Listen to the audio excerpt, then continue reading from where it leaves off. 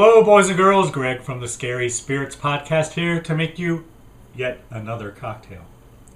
This week's cocktail is called Chucky's Massacre. And as always, it is the featured cocktail in today's episode. Start with our glass. To that, we're going to add gin, half an ounce.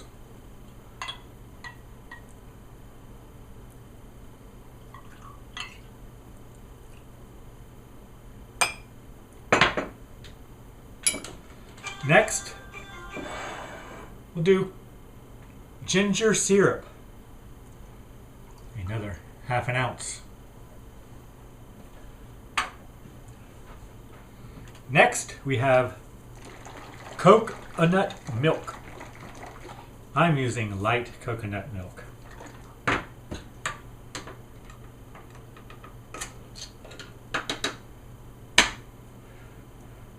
Three-quarters of an ounce.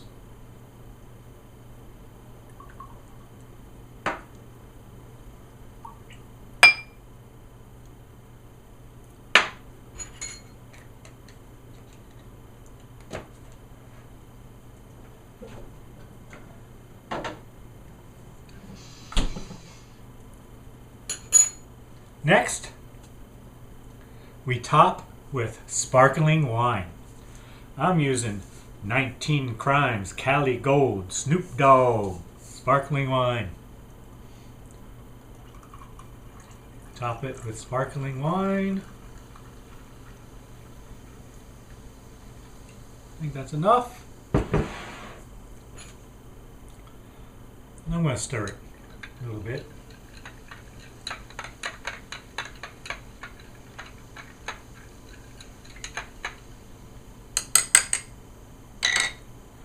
Then, squirty cream, boys and girls. This recipe must be from across the pond. Squirty cream.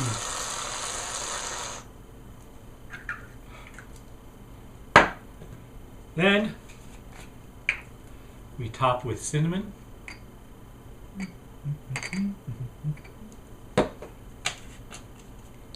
Finally, butternut biscuits. I'm using gingernut biscuits. I'm using ginger snap cookies.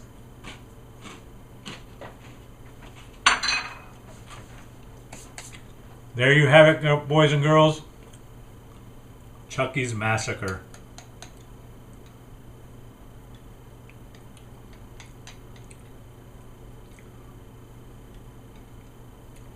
Not bad. Pretty good. I'll enjoy the squirty cream and ginger snaps for sure. Thanks for watching. Hope you enjoyed the podcast. See ya. On this week's episode of the Scary Spirits podcast, we're introduced to a certain toy purchased in a back alley by a desperate mom. Yes, we're talking about Child's Play and Chucky. That creepy ginger has scarred many a young one into avoiding dolls altogether. I feel for the mom, trying to make her child happy. But my kids already don't listen to me. The last thing I'd need is an out-of-control toddler with murder on his mind. So no back alley purchases for me. Cheers! Welcome to the Scary Spirits podcast. Please be advised that the presenters may use adult language and or discuss adult situations. This podcast is not intended for younger listeners or those that may be easily offended. So, if you're ready, let's go.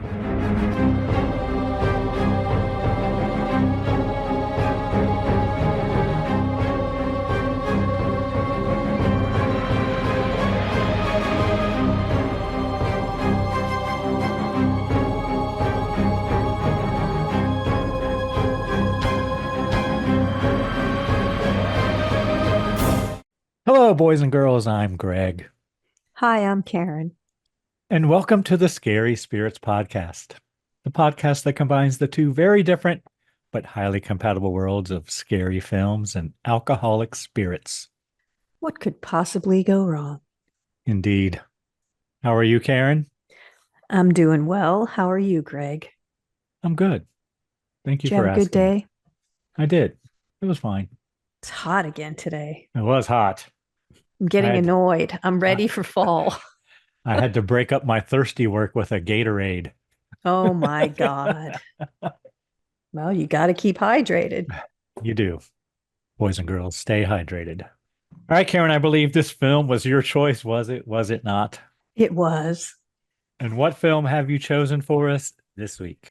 I chose the 1988 marvelous movie Child's Play. Was there any reason you chose this film, Karen?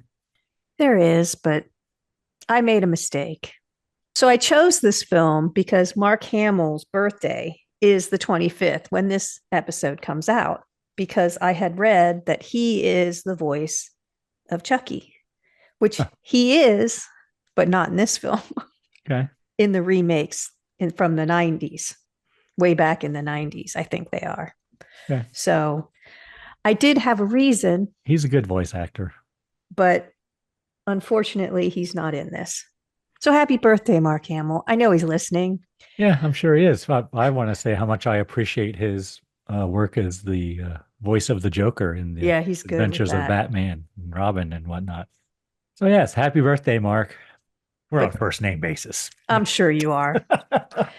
But I didn't realize that he wasn't the voice in this one. So there you have it. That's why I chose it. Plus, I've never seen any of these. But he's in the franchise, and it is a franchise, so it counts. Have you seen any of these movies? I have not. Seen pieces of them, I'm sure. Do we have a cocktail to go with our movie? Oh boy, do we have a cocktail. It's on. called Chucky's Massacre from glassofbubbly.com. And how would you make such a concoction, Karen? Well, you're just going to, in a glass, and I should tell you, this hails from somewhere outside the United States because we're using some names that sound a little goofy to me and milliliters as measurements. So 30 mils is an ounce. So just keep that in mind as you get these directions. You're just going to mix this together in a glass. 20 mils of gin, 25 mils of coconut milk, 20 mils of ginger syrup. Then you top with sparkling wine, which it doesn't tell you how big of a glass to put it in. So you could top it with a lot or top it with a little. Now, I used champagne because I had one of those little bottles of it. That's what I had. So that's what I used. Then you're going to get to use squirty cream. That was my favorite part. I know. Cinnamon on the top, and then throw a ginger biscuit on the top. It says gingernut, but I used a ginger snap. I did as well, Karen. I don't know why this is Chucky's Massacre cocktail. It doesn't have anything to do with the movie. I don't know if in future movies, if ginger has something that plays a predominant role. Chucky is a ginger. Maybe that's what it is. You think? Oh God, that went completely over my head. Wow. This is going to be a long one. That's right. And I even said that in my notes that the killer is a ginger and Chucky's a ginger too. So there you go. Good detective work, Greg. Thank you, Karen. Should we give our friends and listeners time to make their own Chucky's Massacre? Absolutely. Hold on.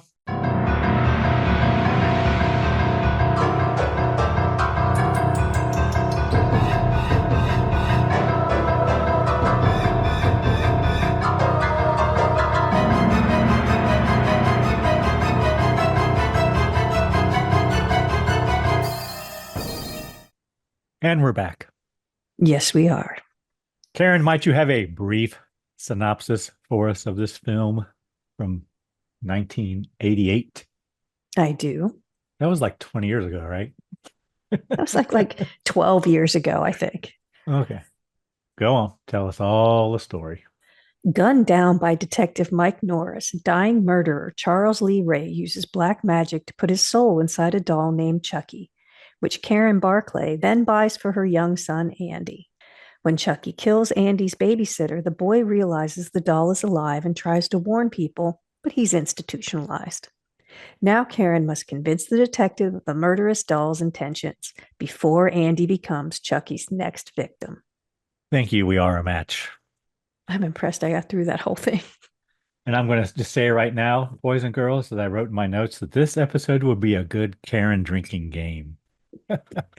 Yes, that's true. Every time one of us says the word Karen, take a drink. See how long you make it. Good luck. All right, Karen, drink. Tell us everything you really. Maybe we should tell them to sip, not to drink. Sip. Yeah, maybe sip it. Yeah. Please drink responsibly. Tell us everything you really enjoyed or were pleasantly surprised by in this film. I didn't hate it, which I was kind of surprised by. I avoided it this long thinking I wouldn't like it. I didn't hate it. Story's kind of cool. I mean, I would never have a doll in my room like that. Not because I've seen any movies like this, just because they're kind of creepy. So the story's interesting. Throws a little voodoo in there, which that never hurts. I actually thought, and I'm guessing you're going to disagree with this, but I don't know, but the live action Chucky shots were pretty good.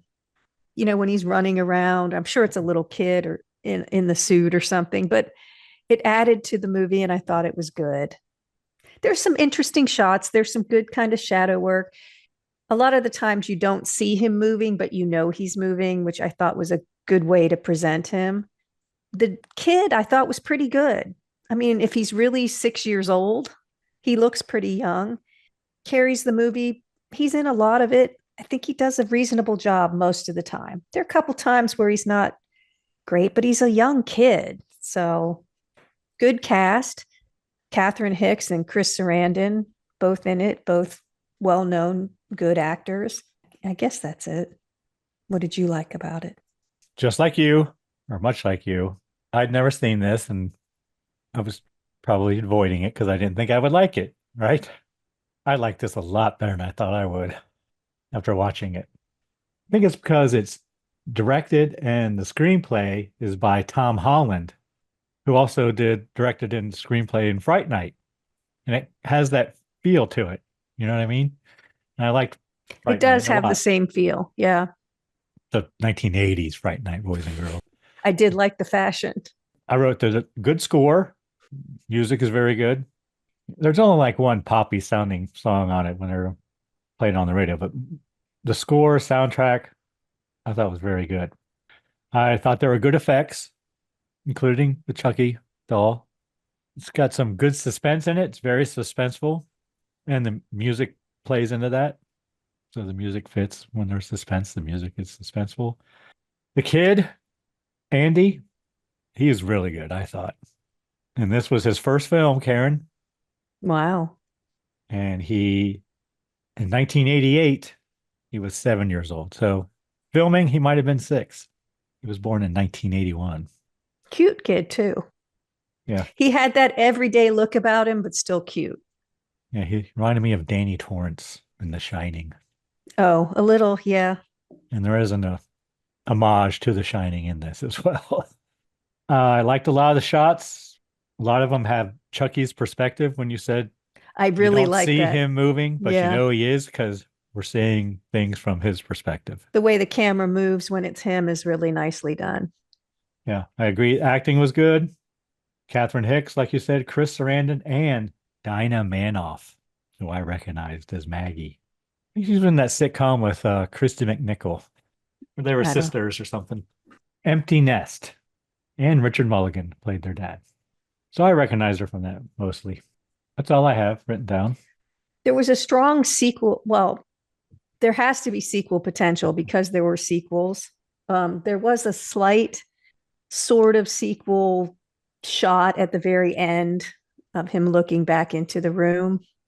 But I would have if we go into what I didn't like or was disappointed in, I would Go ahead. say What didn't you like? that could have been a little more obvious. I guess they did, you never know if something's going to have sequels, but I think there was more potential there, like an eyeball flick or something that would have given it. But you always want to kind of leave it in, right? Have the option. Yeah, but I'm just saying it could have been a tiny bit more obvious. It was good, the sequel potential, but I would have liked a little more obvious, like I said, eyeball opens or something, or finger twitches. I don't know, something. There's a part about black magic voodoo, which seems to almost come out of nowhere. And I would have liked a little more background, like how the original guy, like if we could have seen some of that. I don't know. It just seemed to just pop in there and pop out without any real background. And I would have liked more background on that and less going up and down elevators and running around. And, they're not unnecessary scenes necessarily, but there's some things that could have been cut out and the movie still would have been fine. So even though it's only like an hour 24, it could have been shorter or more effective with its violence somehow. Other than that, I don't really have anything. You know me, I always want more voodoo. What about you? So I agree it could have been shorter. It didn't really bother me. I was fine agree, with the but voodoo thing because they came back around. They explained it, whatever. sort It's of. fine. I checked the time once and it was just about halfway. So, I mean, it wasn't bad. There are some plot holes in it too. The plot kind of jumps. Seems like it skips things. Like maybe maybe it was longer and then they ended up cutting a few scenes out. Maybe. And I know that the doll has to go on some escapades, but it just seemed a little, right, you're right, kind of choppy. But yeah, that's all that comes to mind. Like I said, I liked it a lot better than I thought I would. I think one other thing that I kind of liked about it, you know how they put those stupid jokes in a lot of these films? Yeah. There wasn't really that in it. And I liked that about sometimes I like that, but not in this kind of took it seriously and held itself to that standard. And I kind of liked that. Yeah. Fright Night kind of had some of that stuff in it. But that was more wordplay and stuff. And Less Nightmare on Elm Street had been out for 4 years when this came out, and that definitely had a lot of them. That kind of stuff. Sometimes I like it, but this is a doll. So it kind of already had that childishness to it. So they didn't add that silliness on top of it. I thought it weighted it down a little more and made it a little more serious because it could have gone off the rails with that, I guess is what I'm saying. And they really didn't do that, which kind of surprised me because that's what I was expecting. Okay. Anything else you didn't like? No, I liked it a lot more than I thought I would. I did too. It's if you compare, I was just off the top of it's if you compare this to something like Leprechaun, right? Leprechaun has a lot of those jokes and silliness in it, but it's kind of made for that. This took itself seriously and pulled it off. It's true. I think is what I'm trying to say. Yeah, I get it. You're right. All right. Before we give our cocktail rating, would you like to hear a review or two from the time, Karen? Of course I would. Right. First, I have to tell you this has a 74% approval rating on Rotten Tomatoes, a 6.7 out of 10 on IMDb. What do you think Google users think about it, Karen? 86%. 78. I went way high. Way high, Karen. And I have several reviews, including Roger Ebert's. I'm not going to read his. It's pretty long. But I am going to read like the very end of it. This is from Roger Ebert, November 9th, 1988. So the last part of his review says, the movie ends with superb demonstrations of two other conventions in all mad slasher movies. The first is that once you kill the monster, he is never really dead. He looks dead, he's burned to a crisp and riddled with bullet holes, but then at a moment of peace and quiet, we get another whammo moment, and the god-awful thing is still alive. The second convention of these movies is that the door is always left open for a sequel. Child's Play handles that with a ironic touch. The movie's last shot is of an open door. I thought that was clever. Yep. Next review I have is from Variety, and it's dated, as all old Variety articles are, December 31st, 1987. And it's short, so I'll read the whole thing. Child's Play is a near miss at providing horrific thrills in a tale of a doll come to murderous life, told with a knowing tongue-in-cheek attitude. Fun withers in stretching the thin material to feature length.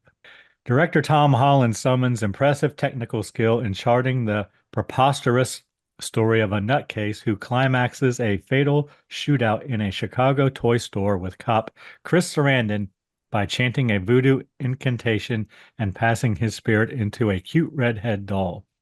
Next plot device also is hard to swallow, as nice mom Catherine Hicks makes a last-minute buy of the doll from a grubby street peddler for her cute son, Alex. Vincent, actually Andy, but Alex Vincent plays him. The possessed doll named Chucky kills Alex's babysitter, dying a man off, and who else but Sarandon is the detective on the case. Violence and paranoia escalate. Both Hicks and Sarandon commendably keep straight faces during these outlandish proceedings. Top technical contributions milk the doll gimmick for all it's worth. He didn't like it as much as Roger. I know Roger liked it. He gave it a thumbs up. The next one I have, and this is the last one I'll read, is from Washington Post, November 10th, 1988, by Richard Harrington. Child's Play is, of course, no such thing, but another in a surprisingly short list of films supposing what would happen if a doll came to life. This being the 80s, that doll, Chucky, a big red-headed, blue-eyed, marshmallow-cheeked product of the Good Guys assembly line, comes to life via soul transference, and the transferee is none other than Chicago's latest homicidal maniac, the much-hunted Strangler. Chased into a toy store by Detective Mike Norris, the Strangler gives up the ghost but slips it into a new host, who ends up as a last-minute birthday present for 6-year-old Andy Barclay. Already hooked on the Good Guys television show, Good Guys cereal, pajamas, and assorted paraphernalia. That night, the babysitter is somewhat incredulous when Andy turns to her and says, "Aunt Maggie, Chucky wants to watch the 9 o'clock news." Instead, Andy and Chucky are trundled off to bed, with Chucky dangling rather brusquely by one arm. 2 hours later, Aunt Maggie herself is on the news, having in the meantime fallen somewhat clumsily out the kitchen window. And say, aren't those little sneaker prints in the spilled flour? This is certainly not Pinocchio or Babes in Toyland, and it may not do much for the sale of large boy dolls between now and Christmas. Though the whole Good Guys marketing strategy, from the commercials to the packaging, is so well thought out that it seems eerily familiar. The first half of the film is mostly illusion and implication. Chucky doesn't really do anything except move his head and mouth kid platitudes like, "I'll be your friend to the end." Once revealed, Chucky goes bananas, and the subsequent effects vary from the inane and silly to the shocking, with just enough humor to keep things level. The acting is decent, with Sarandon solid and subtle as the detective, Catherine Hooks genuine as the mother, and Vincent pretty believable as the 6-year-old. Well, he is 6. Following up his auspicious debut with Fright Night, director Tom Holland keeps things moving without rushing them. Unfortunately, Child's Play gets a little ugly at the end, not only because the finale seems a rehash of virtually every shock movie of the last 10 years, but because it involves the very realistic terrorizing of a 6-year-old. This seems to be a new trend, and it's a bit unsettling. Have these filmmakers suddenly run out of teenage victims? It makes a lot of good points. Who does? Yeah, it was kind of tough on the kid. For a 6-year-old, he was quite adept at getting around Chicago. Yes. Well, multiple different times. Chucky was helping him, Karen. But not when he went home when he escaped from the asylum. She said he'd go home. He got home. It's true. I was like, wow. I'm pretty sure I knew my way home when I was 6. From the asylum? No comment. I'm just saying, I'm School? assuming he hadn't. I walked home from school by myself. Well, there you go. But I'm assuming he had not been at the asylum before. So to find his way home from there, and I think it was dark at that time. Just impressive the way he got around town. All right. What kind of cocktail rating you want to give this film, Karen? I think it's a 3. I think you're right.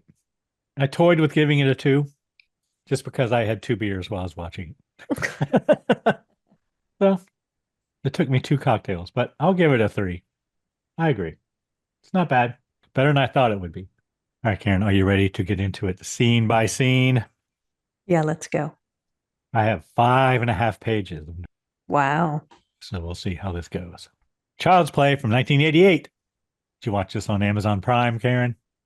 I did, and I got excited because I thought it was free, but that was the one from the 1990s.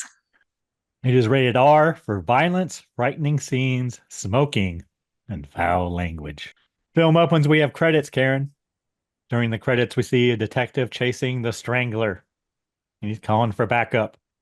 Backup arrives. The strangler's accomplice leaves in a van. Apparently they're buddies or partners. I don't know. Here's where I said the killer's a ginger. He looked familiar too. He did to me too, but I don't think it was who I thought it was. Oh, really? Yeah. Okay. I kind of looked him up and I'm like, nah. So then the cop chases the strangler into a toy store and we see a display of good guys dolls. Then we have more credits. Strangler realizes he is dying because he's been shot by the multiple detective. Times. Yes. Yeah. And he yells to the cop from across the store to get the cop no matter what. He's going to get him. I'll get you and Eddie too. And then he says to himself, I have to find somebody. I have to find somebody. Then he collapses into the good guy's doll display. I wrote, he's making a lot of noise. I don't know why Detective Chris Sarandon can't find him. I know. But whatever. Detective can't find him.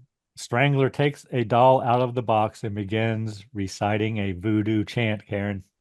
Yeah, and he's bloody and he's getting blood all over everything, but that all doesn't matter later. Did you recognize any of the words in the voodoo chant? Anything you want to share? Not at the moment. Okay. So then lightning hits the store, it explodes, and the detective finds the dead strangler laying next to a good guy's doll. Okay, so here's as good a time as any what the doll was based on. So the My Buddy doll is what this doll was fashioned after. He says Child's Play creator and co-writer Don Mancini explained that Chucky draws heavily from the My Buddy dolls. In the original script, he was called Buddy, and we couldn't use it because of the My Buddy doll, which was a toy brand made by Hasbro in 1985 with the intention of making a doll to appeal to young boys and teach them about caring for their friends. This idea was both innovative and controversial for its time, as toy dolls were traditionally associated with younger girls.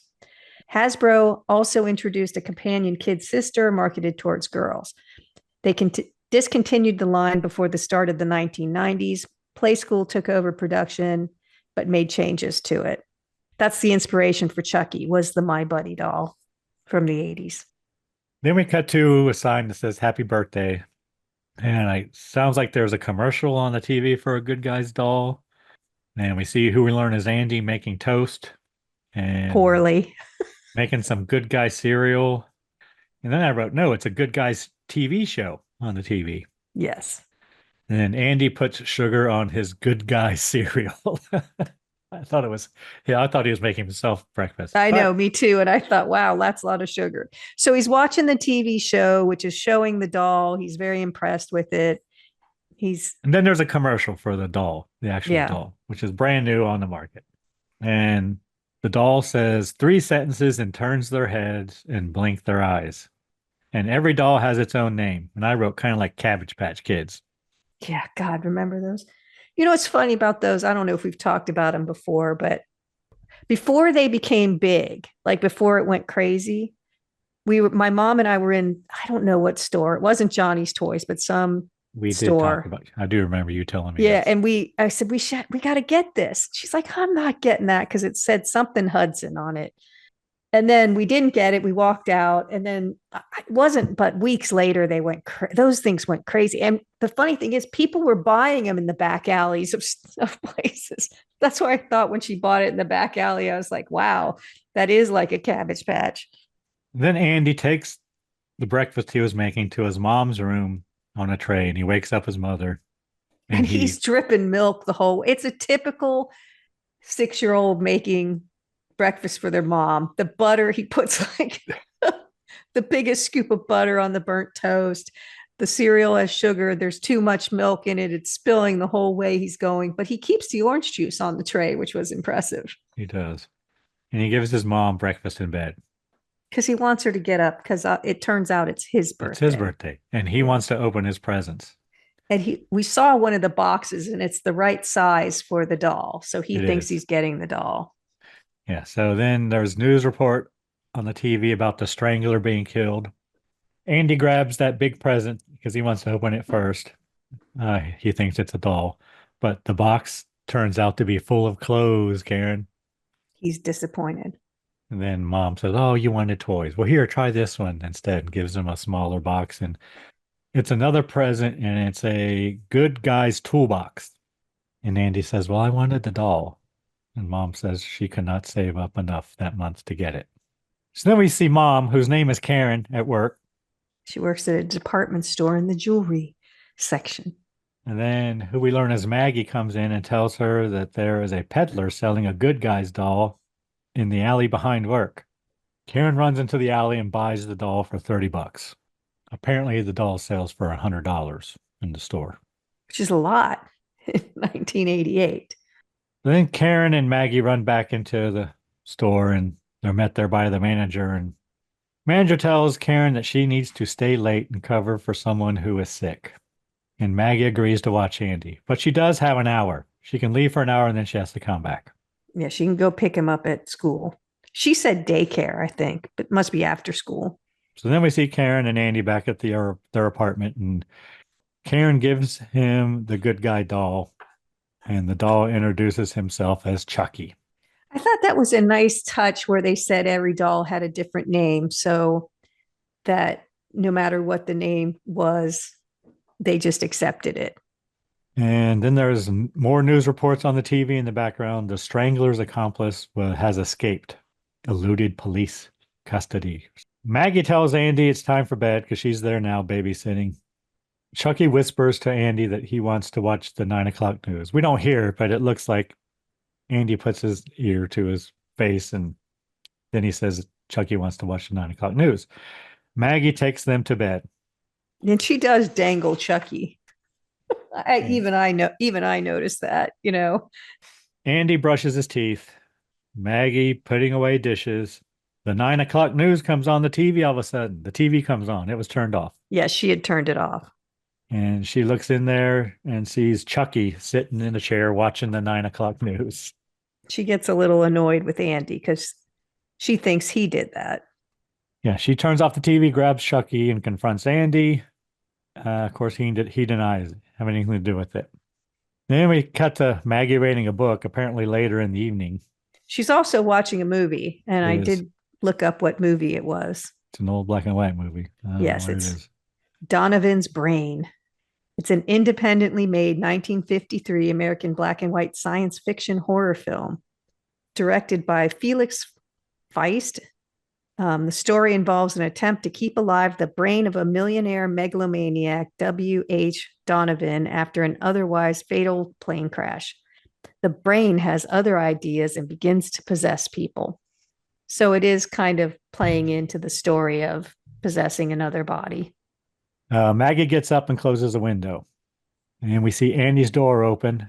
And we see the perspective of Chucky as he runs across the house. And we see him run across the room behind Maggie. Chucky moves a chair across the floor. Maggie goes to investigate to see if it is Andy. She passes Andy's door and it's open. She finds the chair in front of the front door of the apartment, ? I wrote. Yeah, I was a little confused. Oh, he was trying to get out. I guess. Yeah. Using the chair to get up and unlock it because she locks it when she gets there. That makes sense now. Yeah, because the chair, he couldn't be on the chair and open it. Right. But he did unlock it. Hello, boys and girls. Thanks for listening to the Scary Spirits podcast. Karen and I really have a great time putting these episodes together. If you enjoy what you hear, please consider taking the time to leave a review wherever you listen. Reviews really help independent podcasts find listeners.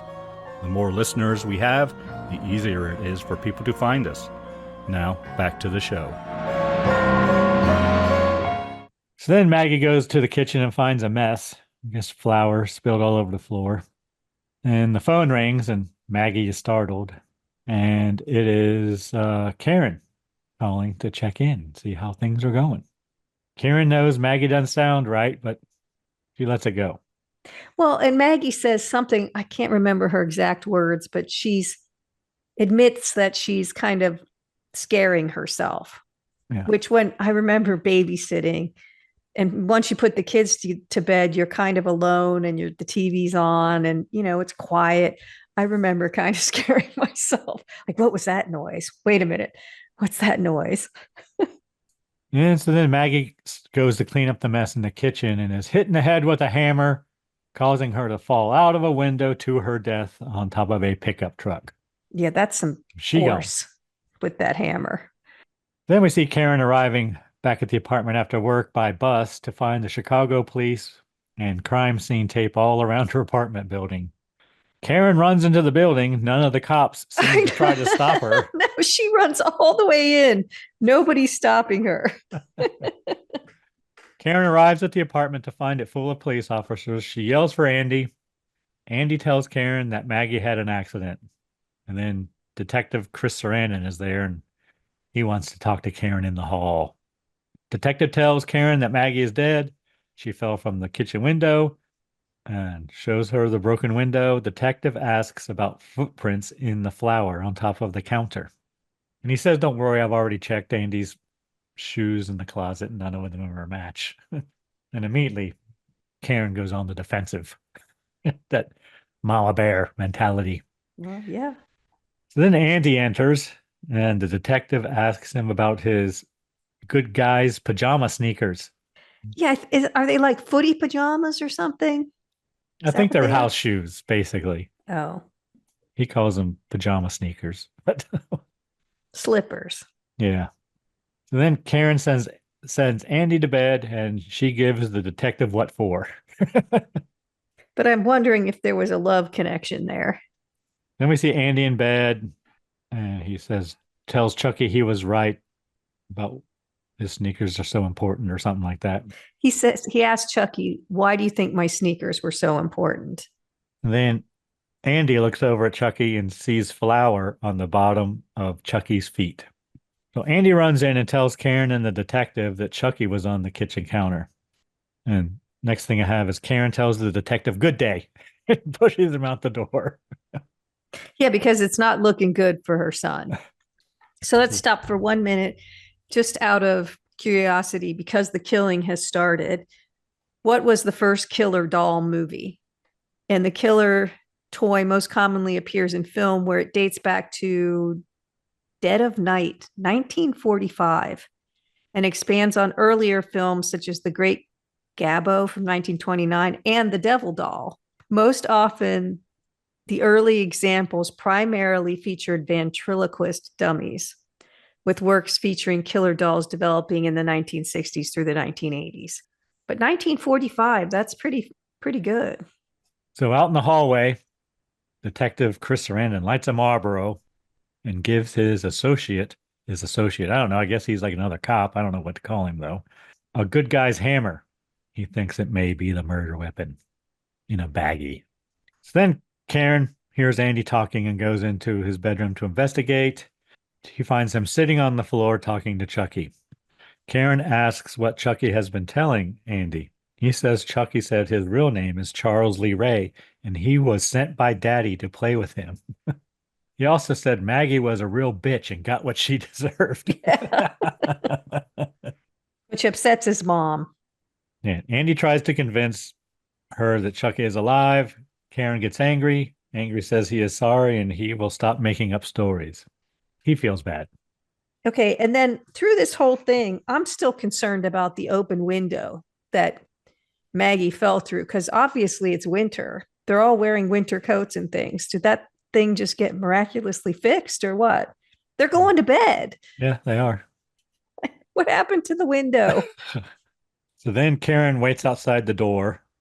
Chucky sees her underneath the shadow of her and feet, really. He says, I love to be hugged, to Andy. Yeah, he goes back to Chucky, the doll mode, when other people are around. So she thinks, okay, that it's fine, and she walks away. Next day, Andy going to school with Chucky.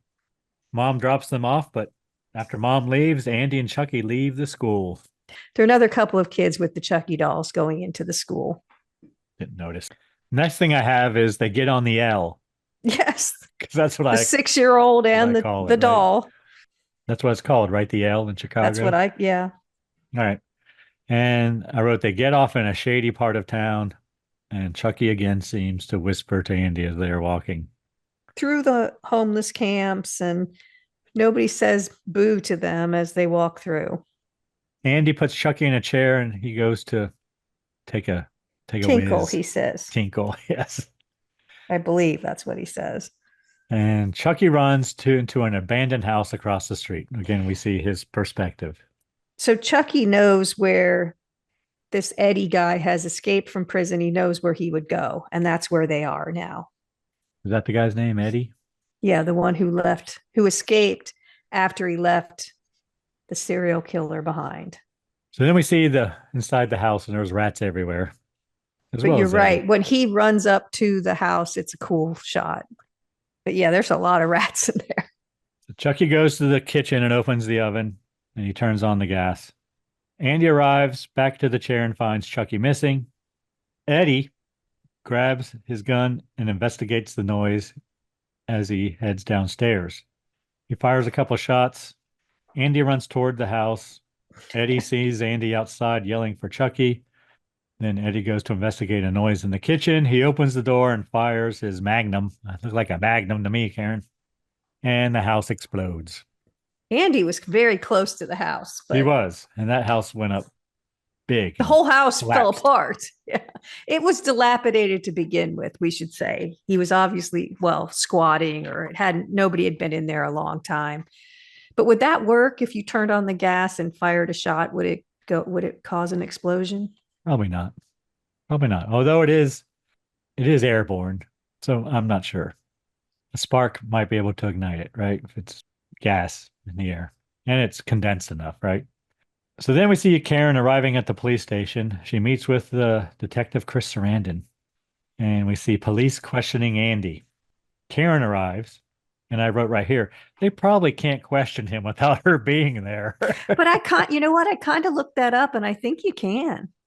You can't use any of it. I think it's state by state. Sure. It depends. But in Ohio, you can. Right. And there's a reel-to-reel tape recorder playing. We see recording.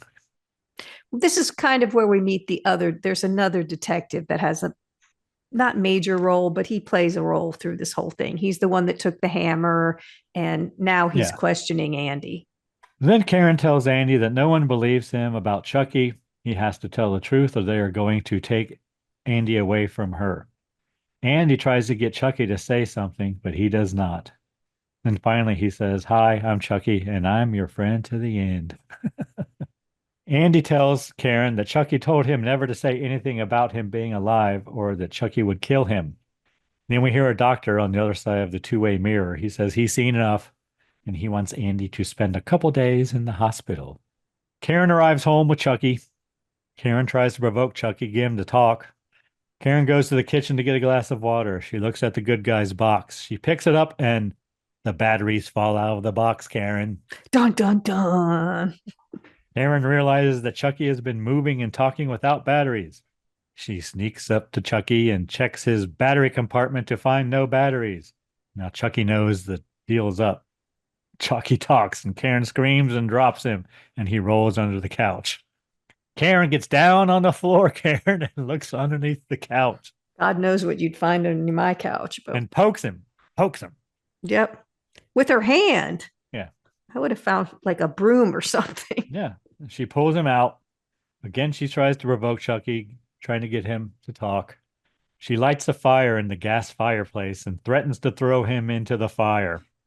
Then Chucky goes ballistic on her and tries to bite her. And he does end up biting her on the arm. Yeah, he calls her a bitch and a slut. So then Karen throws him across the room, but not in the fireplace, Karen.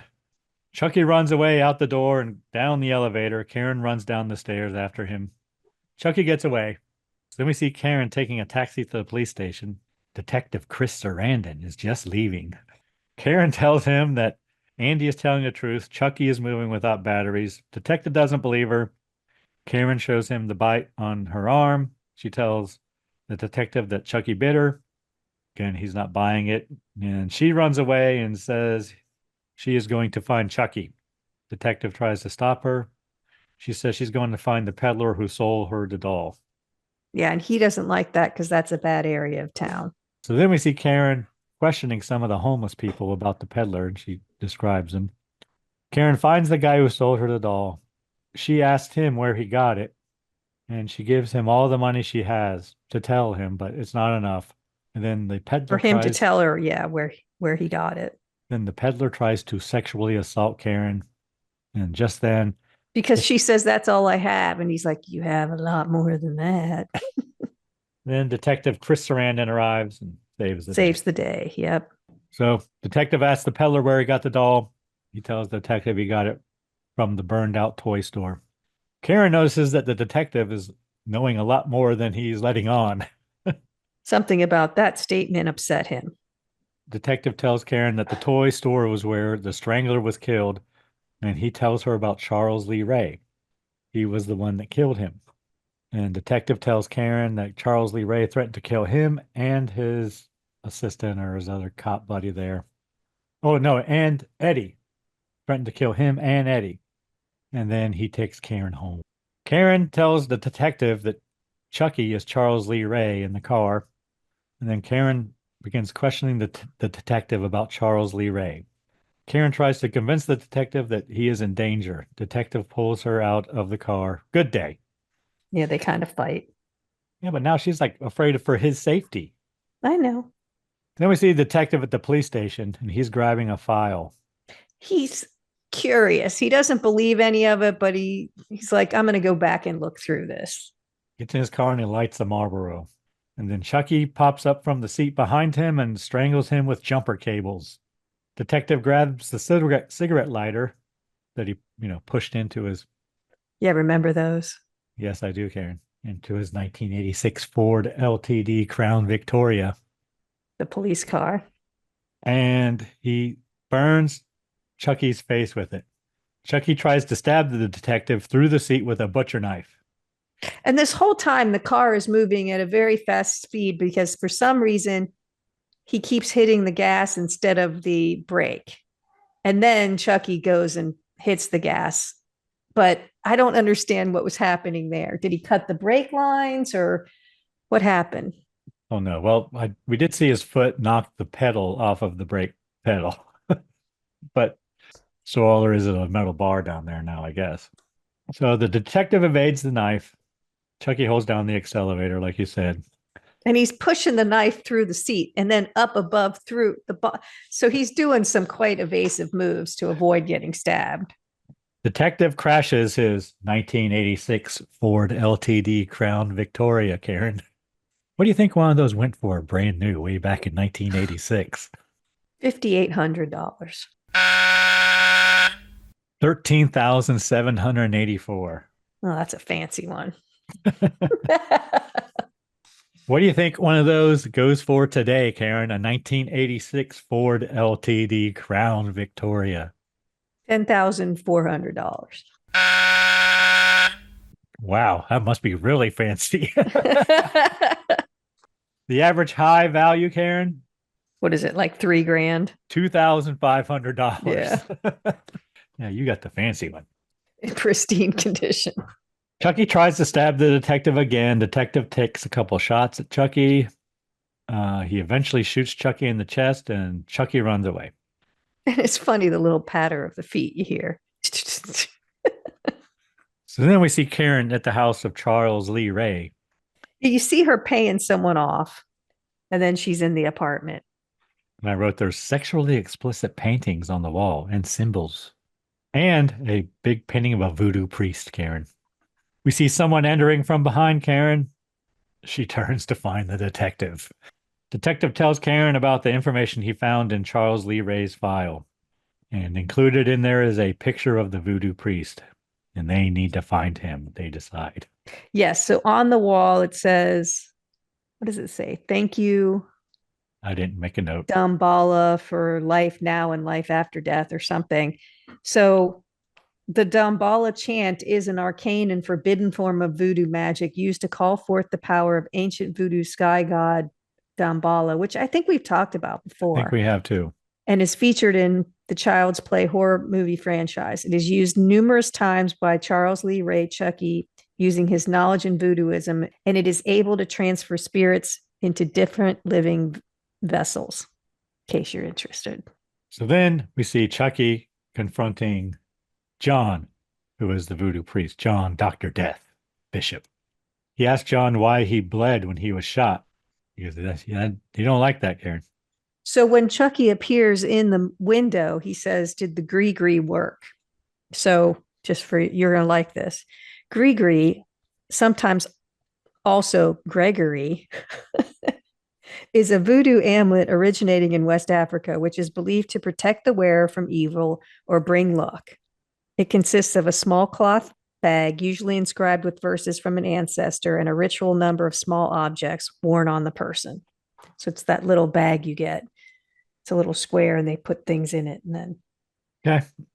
But John tells Chucky that he is turning human, and the more time he spends in that body, he will being become the doll, more human. Yeah. He does call him an abomination. Yeah. And he says that he must be stopped. But then Chucky pulls out a voodoo doll of John, and he breaks John's leg, and he forces John to tell him how he can get out of the body of the doll. Because John is resisting, but he's working that voodoo doll pretty well, and John gives in.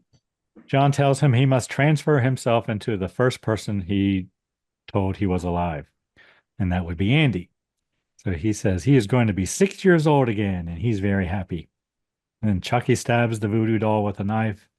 And right here I wrote John gone, but apparently he's not yet, Karen. Because next we have the detective and Karen arriving to find John bleeding out, dying in a pool of blood. John tells Karen that they must save the boy. Chucky is going to transfer himself into him just as he did into the doll. John tells them that they must destroy Chucky's heart to kill him. Now John gone. Heal. Then we cut to Andy at the hospital. He looks out the window and sees Chucky coming up the stairs. There's bars on the window that he totally could have gotten out of. Could have got right out of, yeah. He yells to the doctor for help. Andy tells the doctor that Chucky is there and he's going to kill him. But the doctor says, I don't see anyone. Chucky looks through the window and sees the room that Andy is in, as well as the keys on the orderly's desk. I guess there's a file that has his name and a room number hanging there or something. Yeah, I think it's on the wall. Yeah.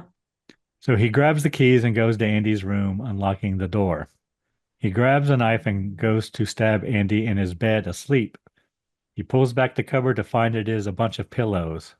That clever little Andy. Andy runs away with the keys. He ends up in what appears to be an operating room. Chucky attacks him. Andy grabs a scalpel. Doctor arrives and grabs the scalpel from Andy's hand. They struggle. Chucky grabs the scalpel. Doctor tries to sedate Andy with a needle, I guess. A big old needle. Chucky stabs the doctor in the leg with the scalpel and gives him electroshock therapy. Until his face burns. Andy yells, "Stop." Doctor turns black and blood begins flowing from his eyes and mouth. He go. Then we see Karen and the detective arrive at the hospital. Jack is there. I guess his little detective buddy. Tells the detective what happened. He thinks that it was Andy. Detective asks if they have seen Chucky. Detective talks to another other people at the hospital. No, Karen asks the little girl what happened, and she says Chucky was there looking for Andy. Karen tells the detective that she always told Andy that if he was ever in trouble to go home, so that is where he is. Then we see Andy in the apartment barring the door, and Chucky is in the elevator with an elderly couple. So then Andy hides in a closet. Chucky arrives. Andy finds a remote-controlled car and a baseball bat in the closet. I thought for sure the remote-controlled car would come up, but it never did. Well, I said, he's going to go for the baseball bat. No, he's going for the car. Oh, no, back to the baseball bat. Then Chucky comes down the chimney. He goes after Andy with a knife. Andy has a baseball bat, and he takes a swing at Chucky, but misses. Chucky chases Andy through the apartment. Eventually, Chucky hits Andy over the head with the baseball bat. Karen, the detective, arrive. Chucky begins to perform the ceremony with Andy reciting a bunch of voodoo. Lightning is beginning to form outside, Karen. Just like it did at the toy store. The detective and Karen break into the apartment. Karen grabs Chucky off of Andy and he bites her on the neck, look like. Chucky stabs the detective in the leg with the butcher knife. Then he runs away. Andy comes to. Apparently, the detective can still walk, even though he's stabbed in the leg, because he searches the apartment for Chucky. Chucky hits the detective with a baseball bat, knocking him out. Karen shoots Chucky with a gun. He's going to hit him again, go for the kill. She tries to take another shot, but the gun jams, which I don't know where she got that gun from, but whatever. The detective gave it to her. Okay. He said, Karen, and he gives her the gun. Chucky runs after Karen. He jumps on her. Karen throws Chucky in the fireplace. But it's not lit. No, it's not lit. Andy arrives. Karen tries to grab a match while still holding Chucky in the fireplace via the spark guard. What do you call that? Yeah, whatever. The iron metal fence over top of the fireplace. She turns on the gas. Andy lights a match. Chucky tries to stop him. Yeah, because he says, Andy, we're friends, remember? Yeah, we're friends to the end, remember? And then Andy says, this is the end. Yeah. Then we see Chucky on fire. He runs to the apartment, setting the couch on fire. I know. Which, I said he's going to set everything on fire because he is flaming. Yeah, he falls to the floor, the carpet. He's lying on the carpet and melts in flames. Detective Chris Sarandon comes to. Karen tells Andy to get the first aid kit to help the detective. Because they think Chucky's dead at this point. Yeah, Karen tells the detective that Chucky is dead. Andy gets the first aid kit, but he sees that Chucky is missing. He's not on the floor anymore. Chucky trips Andy as he's running back to the others, I guess. Because he's saying he's going to go tell them.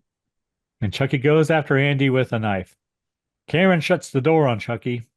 He tells her to let him have the boy and she will live. Chucky stabs a knife through the door, hitting Karen in the hand. I wrote bad blood. That's like hammer blood. And right here I wrote shining sequence. Yeah. When the knife is coming through the door and Karen's up against it. That'd be hard to do. Get a knife to go through a door. Probably because the knife would break. Right. You need a really good knife and a really thin door. And a lot of force. Well, if it's a hollow door. Still. Karen and Andy run away from Chucky. Karen shoots Chucky, blowing his head off. And then an arm. I don't know why I thought that was funny, but. It was fun. And then an arm. And then a foot. And he keeps crawling with that one arm. Yeah, it's like. So he tries to crawl. Con when he's on the. Oh, get you, Kirk. Every time he's pulling himself back up to the bridge. This is kind of a Terminator sequence here, too. When the Terminator's all burned up and still coming forward. Yeah, Karen empties the revolver into Chucky. But apparently she didn't hit his heart. Nope. So then Jack, the other detective, enters. He hears Detective Chris Sarandon yell, so Jack calls for backup. Chris Sarandon tells him that the doll is alive. He tells him to go look at the doll if he does not believe him. He tells him, do not touch it, whatever you do. But, of course. What does he do? Jack goes over there and pokes the head. And then brings it in. Picks up the head and brings it into the room with the others. He sets it on the TV, saying, see, look, it's just nothing. So then Chucky comes through the air vent behind Jack and begins to strangle him. And the head, which is separate from the body, is egging the body on. Kill him! Kill him! Karen grabs Chucky off of Jack. Chucky pulls himself up. Detective points the gun at Chucky. Karen tells him to shoot him in the heart. Detective fires, killing Chucky. There's blood splatter on the wall. He says, hi, I'm Chucky. Wanna play? And his face goes quiet and still. He gone. And I think it kind of slows down as he's talking too. Like it's like his batteries are dying. So they pick up Detective Chris Sarandon and they're going to take him to the hospital. We hear sirens. Andy looks at the burnt up Chucky doll. Mom says, Andy, come on. We're going to go to the hospital with Mike. Now his name is calling Mike. They're on a first name basis. And we have a shot of the door open as Andy's staring back. Credits, the end. Sequel potential. Right. What did you think of your Chucky's Massacre cocktail, Karen? Well, like the movie, I really thought this was going to taste terrible. And it's good. It's pretty good. It's got that root beer float kind of thing to it, Yeah, or something. I don't hate it. Not root beer, but it's sparkling. Yeah, it's got, it's creamy. It's got a nice ginger taste. It's got squirty cream in it. Yeah, I mean, what could possibly go wrong? It's got squirty cream. I'm not sure it's something I would serve at a Halloween party, but it's not a bad drink. No, it's not. It's a little labor intensive, I think, making it. Yeah, because you have to make the ginger syrup and all that stuff. So, unless you can find it. Apparently, it is out there, but. Oh, is it? I can't find it, though. Makes the house smell nice when you're boiling it. All right. Anything we learned today, Karen? We learned about the movie Donovan's Brain. What was the first killer doll movie? Well, a couple of them. What Chucky the doll was based on, the Damballa chant, and Gree, and the car that you talked about. Yeah, we talked a little about Cabbage Patch Kids as well. So there you go, boys and girls. Who knew Child's Play would be a learning experience? I did. Well, if you listen to this podcast, you knew I'd come up with something. Although I was getting a little nervous because as we were going through, I'm like, am I going to have to do the history of the L or something? Like, what am I going to do? Thank God Voodoo showed up. Yes, Karen. Thank God. All right. Are we ready to move on to next week's film? Yes. What have you chosen for us? Oh, is it my turn? It is. Already? The film I have chosen is from 1972, Karen. It is called Dracula AD 1972. It is fabulous. A Hammer production. A 1972 Hammer production. That's going to be a good one. Yes. Any reason you chose that one? We can only hope. We've been duped before by them, so we'll see.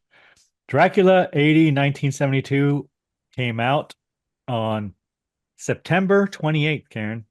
And next week episode comes out on October 2nd. So a few days.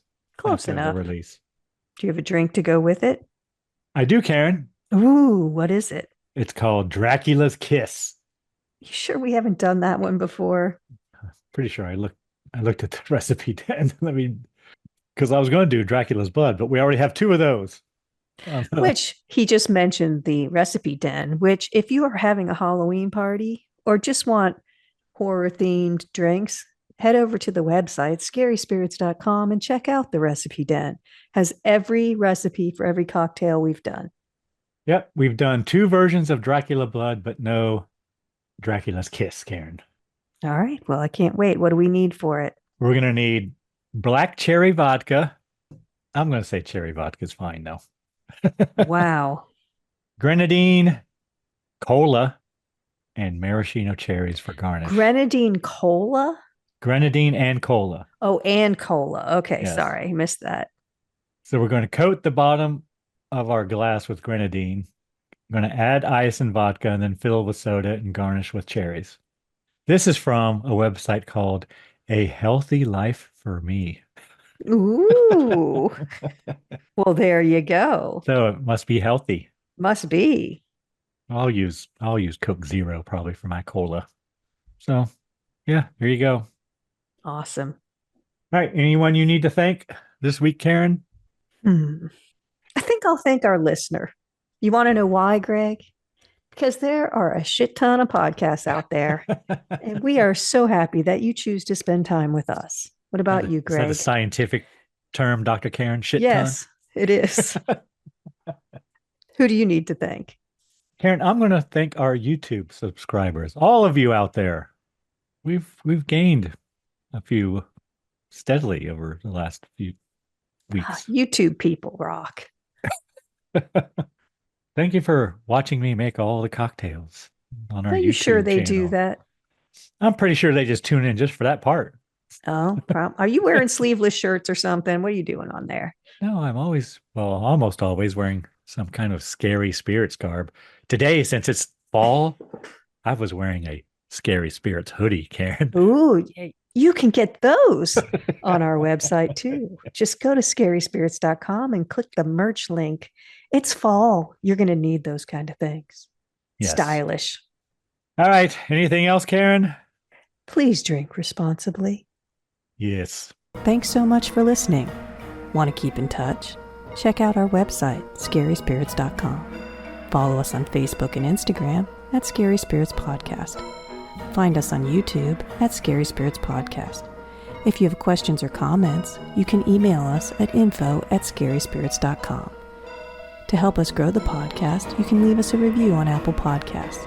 You know, we really do appreciate your support. And as always, please drink responsibly.